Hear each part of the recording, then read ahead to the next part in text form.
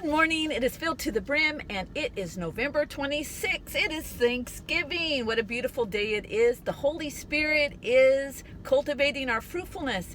And today he's really emphasizing that we should remember that we're forgiven, remembering the depth and width of the forgiveness that we have received. We are children of God. We are empowered by Him. We have been given this forgiveness by grace, and we walk in this forgiveness. But you know what? It's important that we do not forget that we are forgiven. You know, when we start to forget that we're forgiven, we become very judgmental. We reject other people. We become judgmental of other believers and what they're going through, or even of people who have not yet received Christ. We reject them in our attitudes and words and thoughts. And the problem with that is we build a barrier to the love of God, because we are His people in the world. We are His body in the world, and we are to be people who express His love. But when we forget that we have been bought by His grace, and that we not only receive grace, but we are to give grace, when we forget that, we begin to sever the flow of God's love. You know, it's important for us to remember, yes, we are children of God, but let us not forget that we are forgiven. You know, I was thinking as I was walking on the trail, I walk on the trail every day, and I pray and I worship about how the grace of God flows to us. And it freely flows to us, and we don't earn it. We just receive His grace. But a lot of times when grace is flowing from us, we expect people to earn it. They have to be good enough. They have to treat us right. They can't offend us. They can't live wrongly. And our grace doesn't flow through us freely to others. We can stop the grace flow.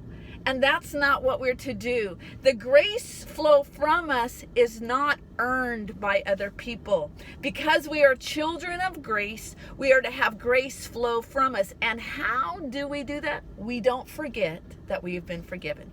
We don't forget what the Lord has done for us and is doing for us. You know what? When we recognize how much we've been forgiven, our love is magnified. Our love for God is magnified, and our love for others becomes magnified. We can't forget how much we've been forgiven. You know, I want to emphasize a story today about a woman, a prostitute, who comes and anoints Jesus' feet.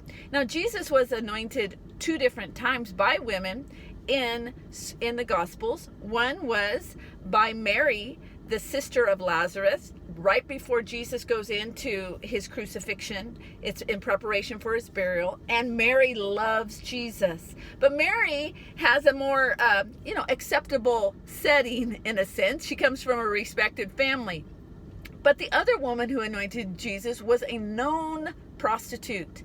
And we find this story in Luke 7, verse 37. Let me read this to you, because the setting is that Jesus has been invited into Simon the Pharisee's home, and they're reclining and getting ready to eat. Luke 7:37. Now there was a woman in the city who was known as a sinner, and when she found out that he was reclining at the table in the Pharisee's house, she brought an alabaster vial of perfume, and standing behind Jesus at his feet, weeping, she began wetting his feet with her tears and wiped them with the hair of her head, and respectfully kissed his feet as an act signifying both affection and submission, and anointed his feet with the perfume. Now when Simon the Pharisee, who had invited him, saw this, he said to himself, "If this man were a prophet, he would know who and what sort of woman this is who is touching him, that she is a notorious sinner, an outcast devoted to sin." Verse 40. Jesus answering, see, he knows what Simon is thinking. Jesus answering said to the Pharisee, "Simon, I have something to say to you." And he replied, "Teacher, say it." Verse 41. A certain moneylender had 2 debtors. One owed him 500 denarii. Now a denarii was a day's wage, and the other 50 denarii. When they had no means of repaying the debts, he freely forgave them both. So which of them will love him more?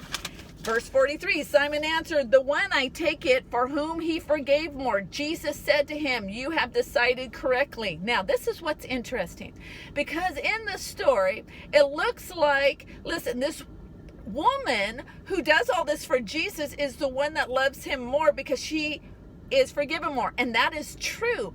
But the fact is this, the revelation that she needs forgiveness is what this is all about, because Simon has just as much sin as this prostitute, but he lacks the revelation, so he doesn't know he needs this forgiveness. He lacks a revelation that he needs the forgiveness of Jesus, and therefore, as a result of the lack of revelation of his need for forgiveness, he doesn't love Jesus.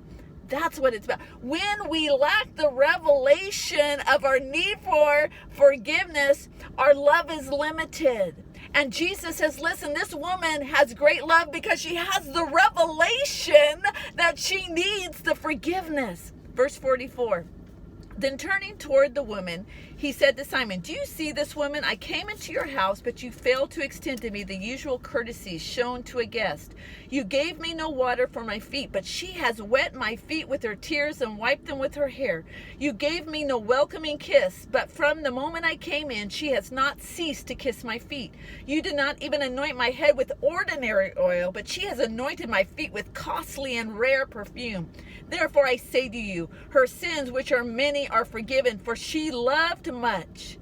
But he who is forgiven little loves little. See, when we fail to see how much we are forgiven, fail to remember how much we're forgiven, our love flow stops. Now, it's not just our love for the Lord, but our love for others. The fact is this, when we have a great flow of love for the Lord, our love for others will have a great flow. You know, Jesus refers to this in the greatest commandments. Love the Lord your God with all your heart, mind, soul, and strength, and then love your neighbor as yourself. Listen, let's connect this. Let us have the revelation daily how much we're forgiven. Just like this woman had the revelation how she was forgiven and her love for God was great. Because when we have that revelation, our love for God will be great, and the grace flow will happen not just to us, but through us to others. Let us crush the judgmental spirit and the critical spirits by remembering I'm forgiven, and therefore I can have grace towards others and love others because I love him. I love him, and he gives me that power. Let us remember we've been forgiven, and let that grace flow to others. God bless you. Have a great Thanksgiving. Pray about this word.